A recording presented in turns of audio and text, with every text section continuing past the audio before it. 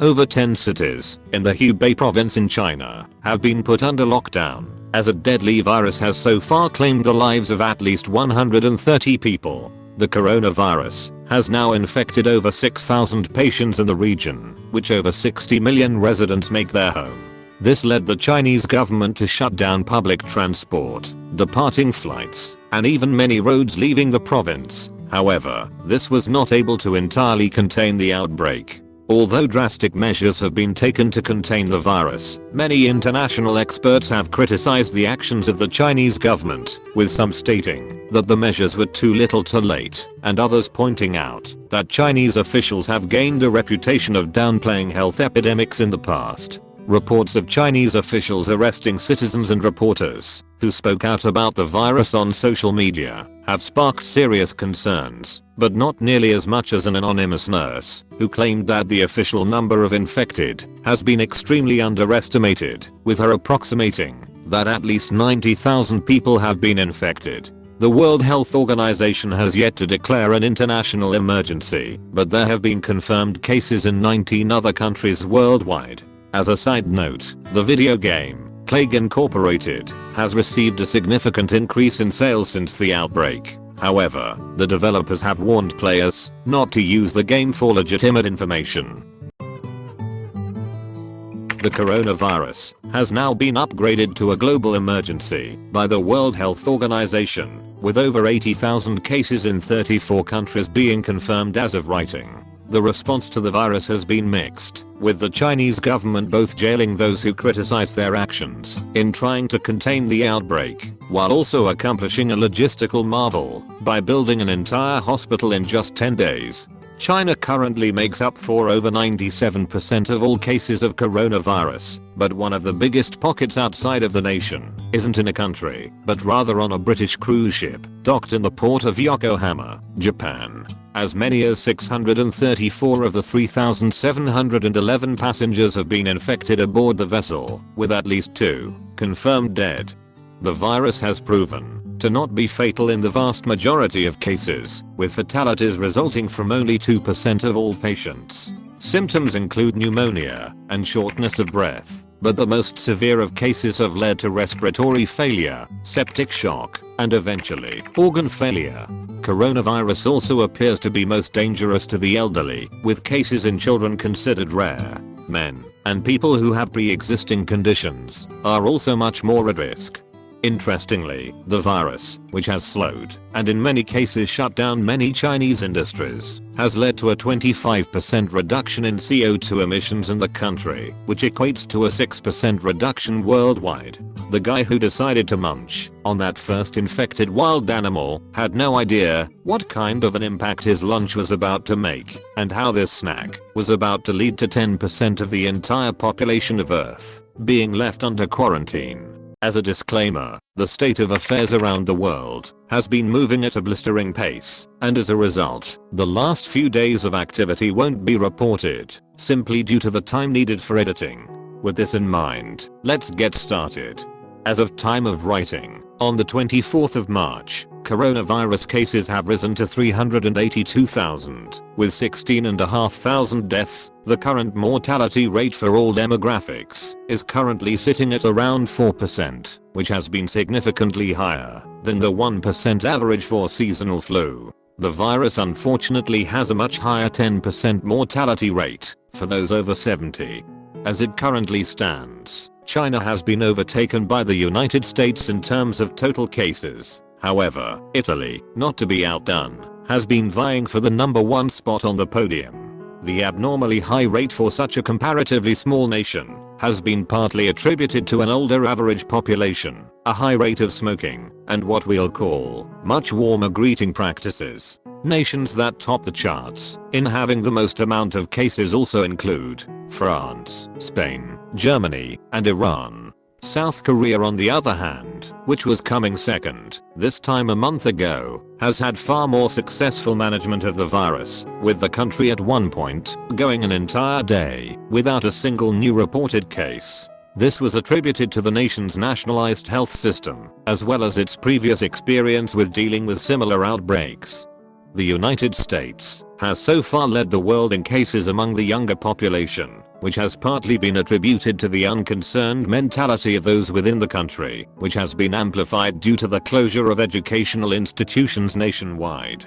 The United States later banned all travel from China and Europe, before enacting a mandatory closure of all non-essential businesses, in an effort to slow the spread.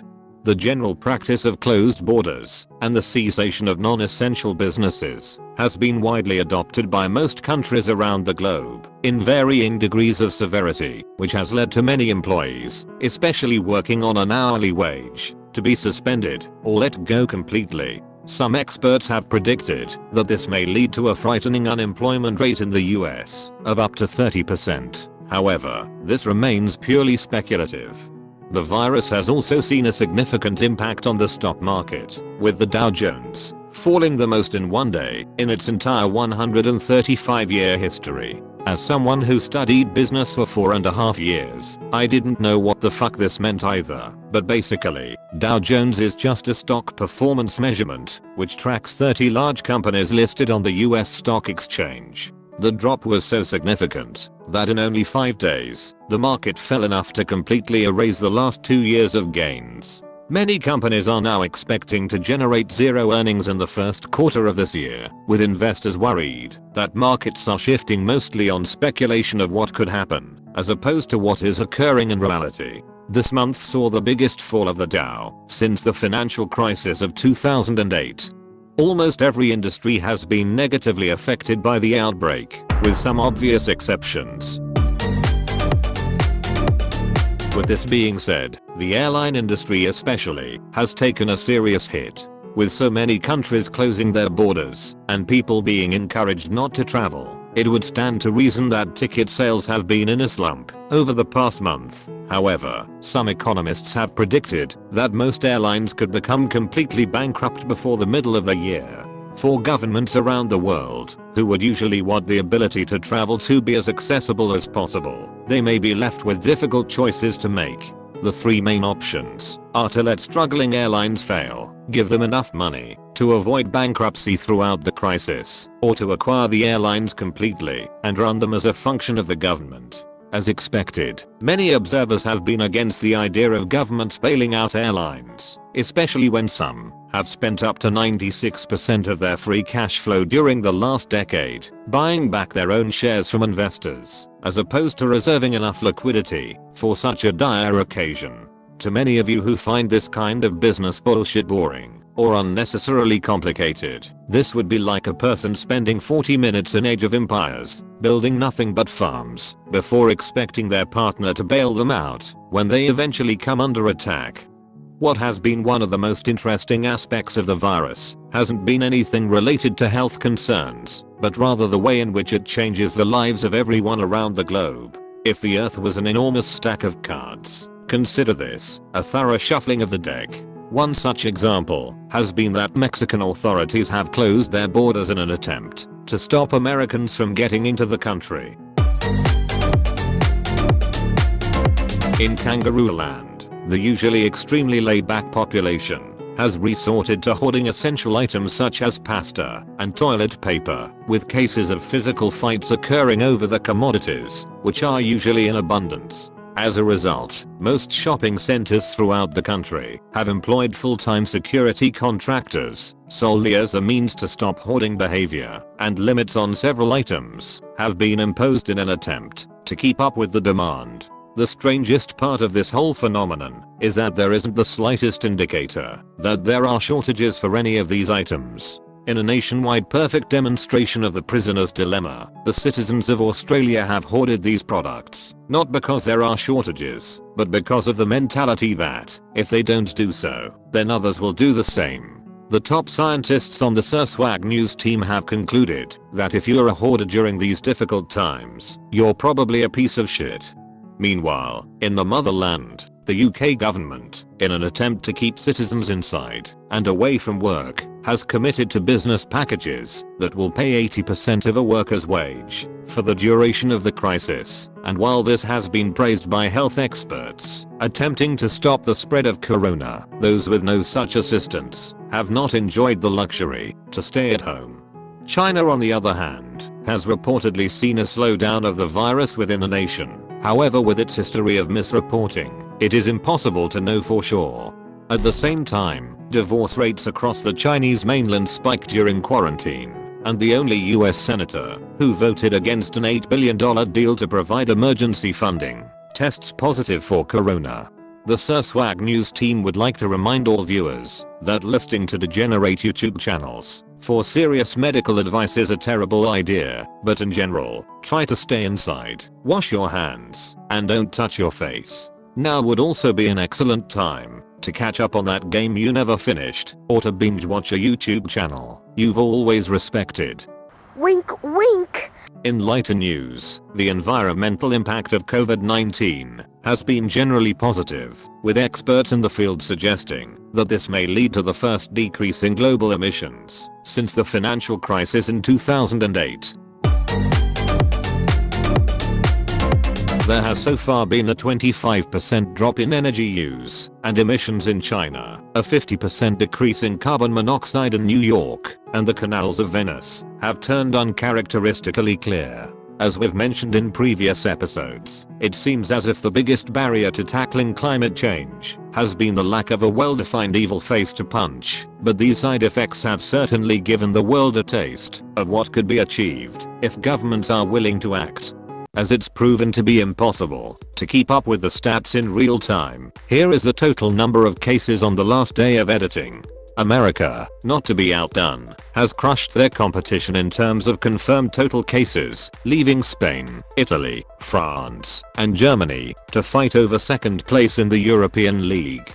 China has of course been dominating the world in unreported cases, as despite being the home of patient zero, the nation barely makes it into WatchMojo's top 10 most infected countries. Japan and South Korea, on the other hand, have been absolute champions in terms of reducing the spread, as although they were some of the first countries to report cases, both nations were able to maintain multi-day streaks on no new infections. These nations are, however, likely to remain under lockdown for the foreseeable future, while more effective treatments are being developed.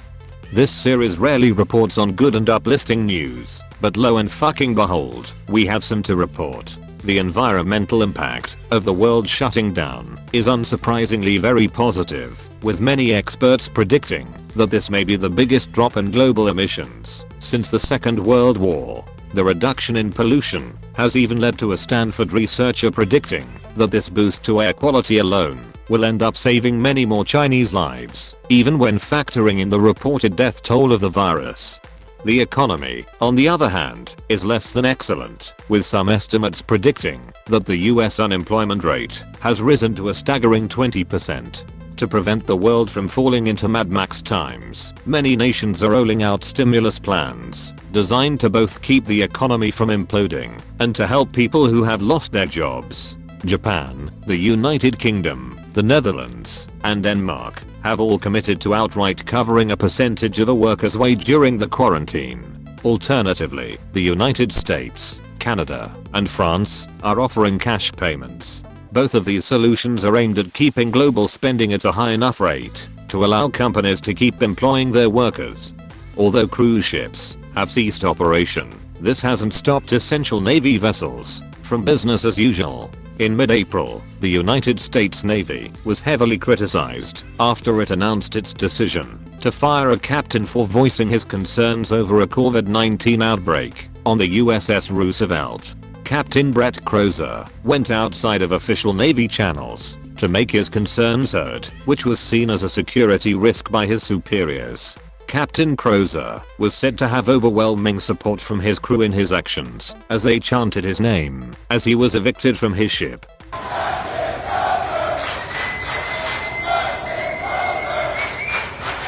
Unsurprisingly, several US aircraft carriers have reported outbreaks since the decision to fire Captain Crozer was announced.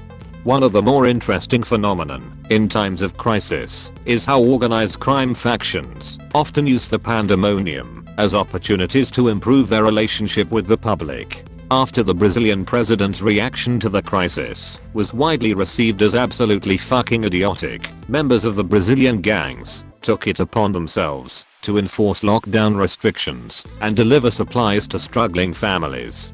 Meanwhile, the Italian mafia has been going door to door in Sicilian towns to provide necessities to those under lockdown and offering low interest loans for struggling businesses. The extra special feature of these loans is that if you miss a payment, you'll get your legs broken, absolutely free of cost.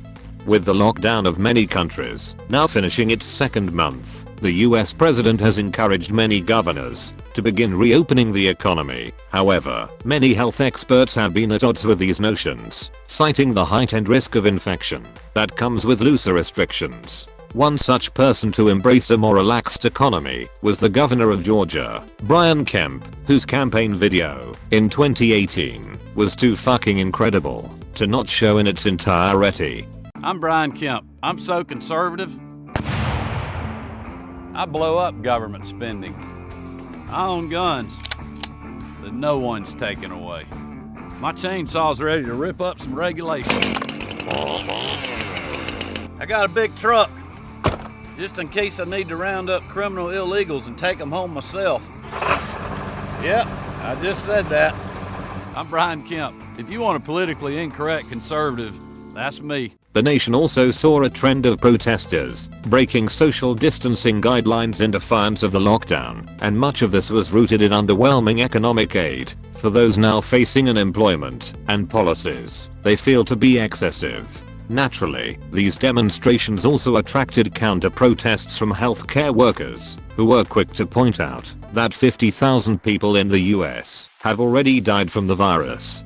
An unforeseen consequence that has arisen in the global market has been the way in which countries have to purchase supplies from one another. In a functioning economy, it is not usually incentivized to have large stockpiles of supplies for such an occasion, and as a result, many of the smaller nations that have a limited capacity to be self-sufficient are having to bid for supplies they desperately need. Nations in Africa and Latin America have been frequently undercut by wealthier countries, and reports of outright modern piracy between nations have become increasingly more common.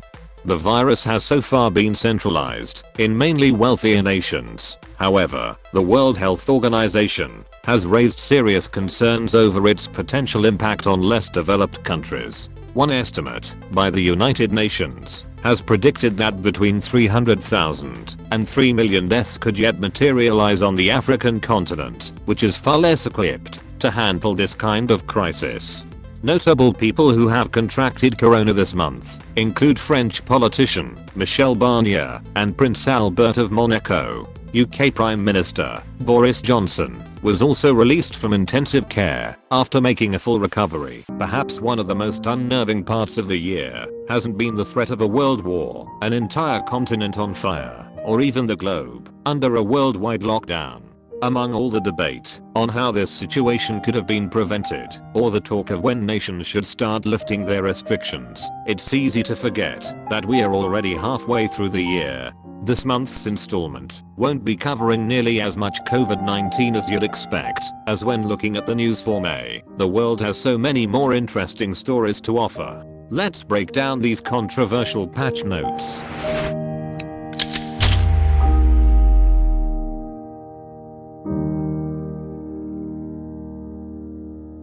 For the sake of structure, the more interesting stories were placed later in the video, meaning you degenerates will just have to eat your COVID-19 vegetables before that delicious dessert.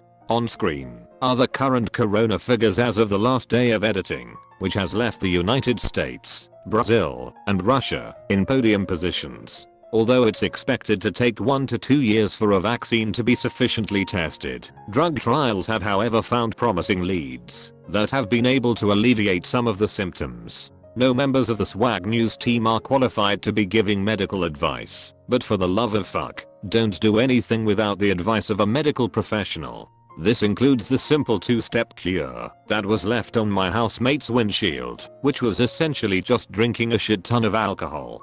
A seemingly underreported element of COVID-19 has been the strange effect it's been having on both children and young adults. According to doctors in both the United States and Europe, younger people are experiencing seizures as a result of coronavirus, disproportionately more than any other age demographic. Additionally, children who contracted corona are coming down with a condition called multisystem inflammatory syndrome, which can be explained as an overreaction of the immune system in fighting the virus. Experts can't pinpoint the cause at this time. However, one of the leading theories is that more inexperienced immune systems don't know how to properly combat the virus. One of the most fascinating phenomenon that's come out of the COVID-19 pandemic has been how nearly every single person on the face of the earth has their own theories on how the virus came into existence. One of the most prominent and outlandish of which attempts to connect the situation to the erection of 5G infrastructure, which led me down a long rabbit hole that never seemed to end. Let's jump in. The theory linking 5G and COVID-19 was originally suggested by a Belgian doctor in a local newspaper back in late January, when a general practitioner by the name of Chris van Kerkhoven pointed out that 5G cell towers had been built around Wuhan, and therefore they could have been related to causing the virus. Kerkhoven later said, "I have not done a fact check, but it may be a link with current events." This is how the theory started. I wish I was fucking kidding. It would be like saying that because the number of people who drown in swimming pools strongly correlate with the number of Nicolas Cage movies per year, that the two are somehow connected. Nevertheless, this baseless claim, which has since been deleted from their online website, has circled around internet platforms ever since. An Australian-based poll, published on the 18th of May, found that 1/5 of 18 to 34-year-olds believed that 5G was being used to spread COVID-19. The same amount of people in the group also believed that Bill Gates was involved in the spread of the virus, and that the entire outbreak was to force people to get vaccinated. On an unrelated note, a report by the United Nations in 2017 ranked the Australian education system as one of the worst in the developed world. But let's get back on track. One UK-based broadband company alone reported 68 incidents in less than a month of people abusing their employees, vandalizing their buildings, and even setting fire to their towers. One apprentice network engineer was even suspected of contracting coronavirus when a man spat in his face after accusing him of importing the infection. In 1 week, there was a recorded 54,000 Facebook posts linking 5G and COVID-19, many of which are using sources that are clearly unreliable. One of the most widely cited was the news television network RT, which has produced over 10 stories on why 5G is harmful since the start of 2019. Upon further investigation, it turned out that the news site was entirely owned and funded by the Russian government, and an article by the New York Times back in May of last year detailed how Russian officials have been employing a misinformation campaign in order to catch up on their own 5G infrastructure. Most other posts were not nearly as convincing, with one claiming that the citizens of Wuhan had begun tearing down 5G towers around the city, but long-time viewers may recognize that this was a surveillance tower taken down during a protest in Hong Kong in August of last year. In terms of whether 5G technology is safe, experts in the field have found no cause for alarm. There have been thousands of studies into the health effects of previous generations of the technology, and even some of the most damning reports have been inconclusive at best. As always, viewers can find links to the sources used down below. In terms of how leaders around the globe have been handling the pandemic, none have been quite as irresponsible as President Jair Bolsonaro of Brazil, the leader of the Latin American nation, who initially called the outbreak nothing more than a little flu and has refused to enforce stricter lockdowns, despite becoming the second most infected country on earth. Not only has this led to Brazilian gangs enforcing lockdowns themselves, and not only has he had 3 different health ministers in the space of a month, but he recently described himself to be the embodiment of the Constitution. Introducing South American Emperor Palpatine. I am the Senate. Even among his opposition, formally calling for his impeachment, Mr. Bolsonaro has doubled down on his stance, even going as far as to join anti-lockdown protesters within the nation. However, Brazil is far from the only country with people staunchly opposing lockdown restrictions. Protesters within the United States have proudly exercised their First Amendment rights in an attempt to lift the lockdown constraints that they feel has been encroaching on their freedom. One of the leaders of the Reopen protests in South Carolina tested positive for corona, as well as 80 protesters from a similar event in Wisconsin. Supporters of the Reopen movement suggest that the economic damage will be far more deadly should the nation continue the lockdown, while those who support lockdown measures often blame the lack of social safety nets, which have allowed other countries to more easily support citizens who cannot continue to work. It would be easy to assume that the COVID-19 outbreak would leave the biggest mark in the history books of 2020. Regulars to the channel will know that you have to eat your COVID-19 vegetables before the violent conflict dessert. And with that being said, here are the current stats of confirmed cases and fatalities as of the last day of editing. As with last month, the United States, Brazil, and Russia maintain their podium places. However, Peru, Chile, and South Africa have all seen worrying spikes over the past few weeks. New Zealand, on the other hand, has made the rest of the world look like smooth brain idiots, as the nation hasn't reported a single locally acquired case since May and has lifted all restrictions except its border control measures. New Zealand famously took an extremely aggressive response to the COVID-19 outbreak, with the expert who formulated the response plan aiming to stop the virus entirely before it could present a larger problem. The nation has so far only suffered 1,515 cases and 15 deaths nationwide. The United States, however, seems to be taking a different approach to the virus, as despite having over 1 million active cases, the nation looks to adopt a strategy of living alongside the virus, as opposed to wiping it out entirely. States such as Oklahoma, Ohio, and Florida have all seen record numbers of confirmed cases in a single day as they begin to reopen businesses, such as restaurants, bars, and barber shops. The US president has encouraged all governors to move towards the third phase of reopening, with hopes that the public will have high demand, since many businesses have been closed for nearly 4 months. Reopening has not yet seen consumer spending at levels that were predicted, and restaurants in particular have only seen a 20% average capacity, down from the predicted 50%.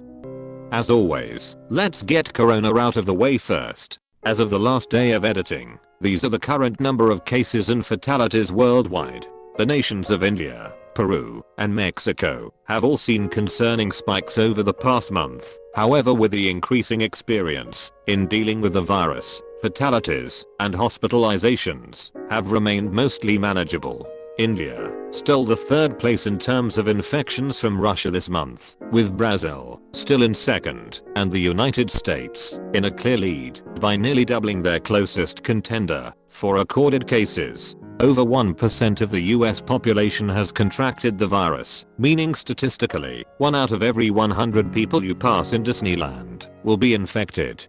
US COVID-19 cases have been spurred on by large outbreaks in Florida, Arizona, and Georgia, which has been attributed to loosened business restrictions and many top officials refusing to allow mask mandates for large cities. The governor of Georgia, Brian Kemp, even went as far as to sue the city of Atlanta from mandating masks, believing that while they help, they should not be considered compulsory. Viewers may remember Mr. Kemp for his election campaign video back in 2018, which is still confused for satire to this day.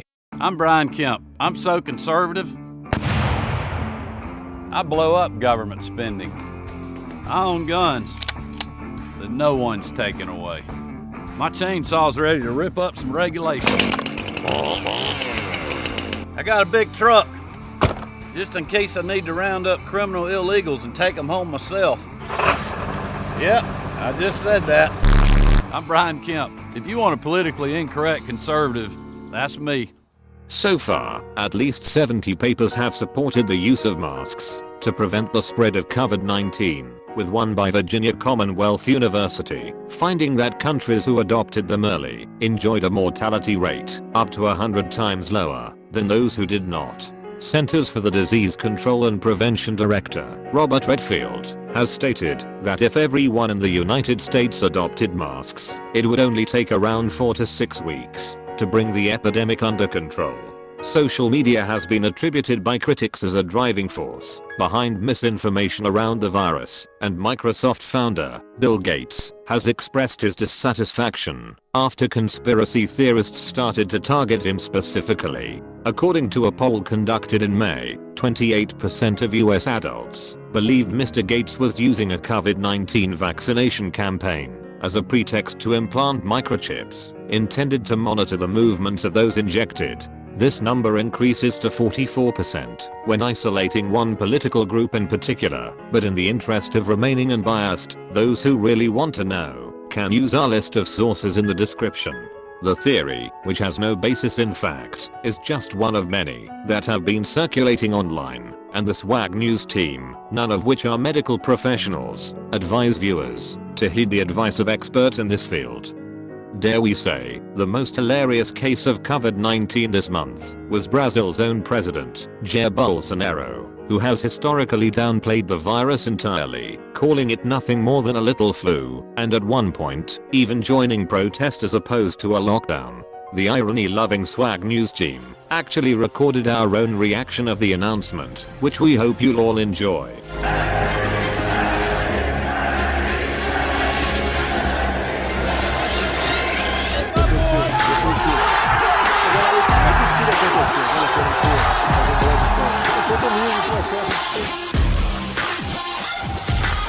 The Brazilian president then proceeded to attend social events and political rallies, often wearing a mask incorrectly or not at all. Discontent among citizens of the small landlocked country of Serbia spilled out into the streets this month as thousands of protesters rallied against COVID-19 restrictions put in place by the recently re-elected president, Aleksandar Vučić. Serbia as a nation endured one of the most restrictive lockdowns in all of Europe, with citizens undergoing curfew restrictions in various forms from the 18th of March all the way up until May the 6th. On the 1st of June, all mass events were allowed within the country, including football matches, religious festivities, but most interestingly, the parliamentary elections only 3 weeks after the restrictions were lifted. This was in spite of almost all opposition parties boycotting the election entirely, stating that under the circumstances, any vote for leadership would not be held under fair conditions. Despite the boycott, the election nevertheless went ahead, which resulted in an uncontested win for Aleksandar Vučić, and was then followed by a sharp rise in COVID cases. By the 7th of July, only 5 weeks after the lockdown was lifted, it was announced that another curfew would be enacted 5 days a week. This announcement almost immediately sparked protests outside of the Serbian parliament, with many of those involved accusing Mr. Vučić of temporarily downplaying the virus in order to allow elections to proceed. In May of this year, Serbia was among one of 3 countries that watchdog organization, Freedom House, declared as no longer a democracy, but rather hybrid regimes. This was in large part to the sharp decline in press freedom within the country, as media within Serbia is heavily dependent on advertising contracts and government subsidies, often making it impossible to criticize the ruling party while staying in business. In the same year that Aleksandar Vučić became prime minister in 2014, 4 popular political talk TV programs were cancelled, and 3 years later, Serbia posted one of the largest single-year declines in press freedom among all countries and territories recorded. Some observers described that during the 2017 presidential election campaign, Aleksandar Vučić had as much as 10 times the amount of airtime on national broadcasters than all other candidates combined, and human rights groups reported cases of journalists being assaulted during the presidential inauguration ceremony. One of the reasons this is particularly concerning is because although the protests are obviously worth broadcasting, especially in a nation as small as Serbia, the only news teams actually reporting on the unrest are those who are funded from outside of the country. Admittedly, we wouldn't have covered this story at all had a handful of Serbians not reached out and explained the situation. One in particular requested that I copy the information he sent me so he could delete it entirely from his message history. This small nation in the Balkans is sadly only one of many that have seen an increase in blatant corruption since the start of the year. As always, we'll try to keep COVID-19 news to a minimum. As of the last day of editing, Here are the current confirmed cases worldwide. The United States is currently in first place with a convincing lead. However, both India and Brazil are in heavy competition over that coveted number 2 position. Vietnam and New Zealand continue to make the world look like smooth brain idiots, with both, at one point, maintaining a streak of over 100 days without a single locally acquired case. The US state of Georgia was hit particularly hard this month, with the state seeing many school districts return to in-person classes, included in its aggressive reopening strategy. It's a bold strategy, Cotton. Let's see if it pays off for them. Shortly after reopening, 1,800 students and teachers were forced into quarantine in Cherokee County alone, which, for those counting at home, is still more than New Zealand's total cases since January. As a result of this spike in cases, all schools in the county temporarily closed in order to deep clean each of the campuses and attempt to maintain education through online learning. Brian Kemp, the governor of Georgia, subsequently dropped the lawsuit against the mandatory mask mandate, which he filed against last month. Georgia is merely the 5th most infected state in the US currently, with New York, Florida, Texas, and California all claiming the top spots. Even if California seceded from the United States entirely, it would currently still take the 14th place in terms of deaths and 5th place in overall confirmed cases.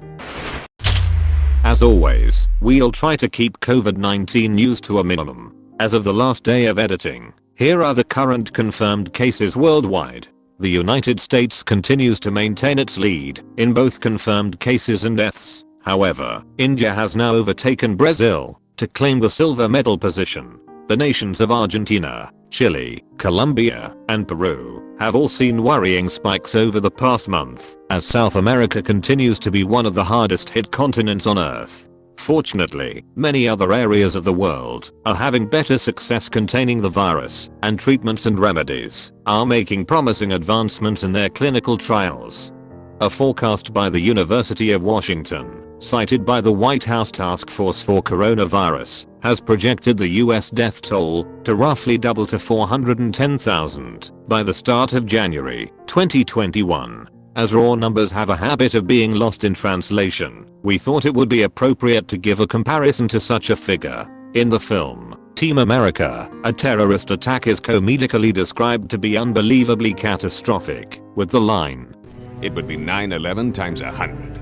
Based on these figures, the death toll is projected to be 25% higher than what this movie has tried to portray as an unreasonable loss of life. In case this isn't quite sobering enough, by the end of the year, daily deaths in the United States related to COVID-19 are predicted to reach just short of 3,000, which would be the equivalent to 9/11 happening every day, week after week, until the outbreak is under control. The US Centers for Disease Control and Prevention stressed that if US citizens adopted mask use to the same levels seen in nations such as Singapore, it would decrease the cumulative death toll by 122,000 by the end of the year, which is roughly double the US death toll from the Vietnam War. Global fatalities worldwide are expected to reach 2.8 million by the end of the year, roughly triple where they are at present. Like always, we'll try to keep COVID-19 to a minimum. This month still sees the United States as the undefeated champions when looking at confirmed cases and related deaths, but this doesn't mean that India isn't doing their absolute best to claim that number 1 position.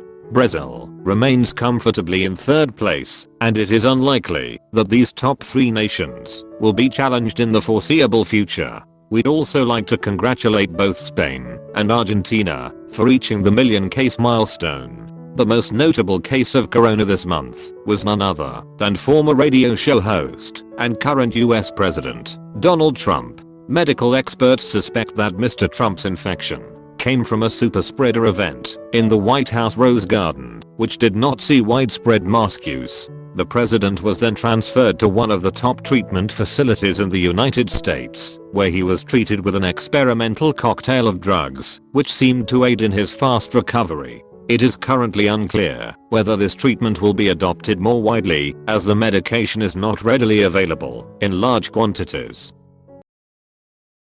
Like always, we'll start by talking about everyone's favorite plague, Worldwide, 57 million people have contracted the virus, and unsurprisingly the United States, India, and Brazil remain in their undisputed podium positions in terms of confirmed cases. The European continent was a particular highlight this month, with nations such as France, the United Kingdom, and Spain all seeing a rapid growth in cases. The United States, never to be outdone, not only broke the record for the most amount of cases in the single day, at 100,000, but later smashed their own record by reaching nearly 200,000 in a single day. Other notable stories include Donald Trump Jr. and Elon Musk, both contracting the virus, and the Adelaide-based Woodville Pizza Bar locking down an entire Australian state after attempted tax evasion led to a 1.7 million person quarantine.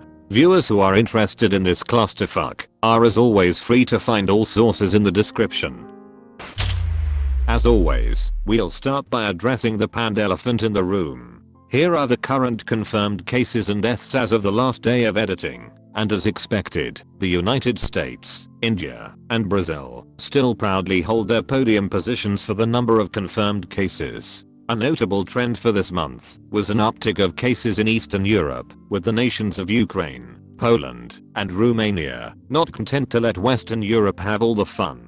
Meanwhile, Austria, Italy, the UK, and some highly populated parts of California enforced lockdown measures as many hospitals begun reaching intensive care capacity. Fortunately, the mad lads at German-based pharmaceutical company, Pfizer-BioNTech, have gone and fucking done it, and came up with the first COVID-19 vaccine to be approved on an international scale. Perhaps unsurprisingly, the British motherland was the first to approve the vaccine for usage on the general public, while Canada, Mexico, Saudi Arabia, Freedom Land, and the rest of Europe were quick to follow. China, on the other hand, has decided to use its own treatments based on its own independent research. White House coronavirus advisor Anthony Fauci has announced that assuming 75 to 85% of all Americans are vaccinated, this would be enough of the population to achieve herd immunity, which would allow the country to approach a sense of normalcy by around October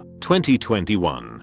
This threshold may, however, still be difficult to achieve in this time frame, as on top of potential logistical challenges, a poll released in mid last year found that 45% of American adults doubt the safety of vaccines as a whole. Experts in the field have different theories as to why there is such a distrust for vaccines, with some pointing toward the online echo chamber effect, where social media circles tend to reinforce established viewpoints, while others have suggested that the lack of a recent and devastating outbreak has cloaked the immense benefits of vaccinations from the public eye. This will likely be a prominent challenge facing the world long into 2021. However, with a very long year yielding such a minuscule amount of good news on the pandemic, it's just nice to get a significant and tangible win. Notable people who have contracted COVID-19 this month include the President of France, the Prince and Princess of Sweden, Dwayne "Rock and Stone" Johnson, famous workers' rights advocate Ellen DeGeneres, and Santa Claus.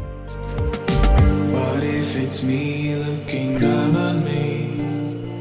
The world above must also be. This could go on for infinity.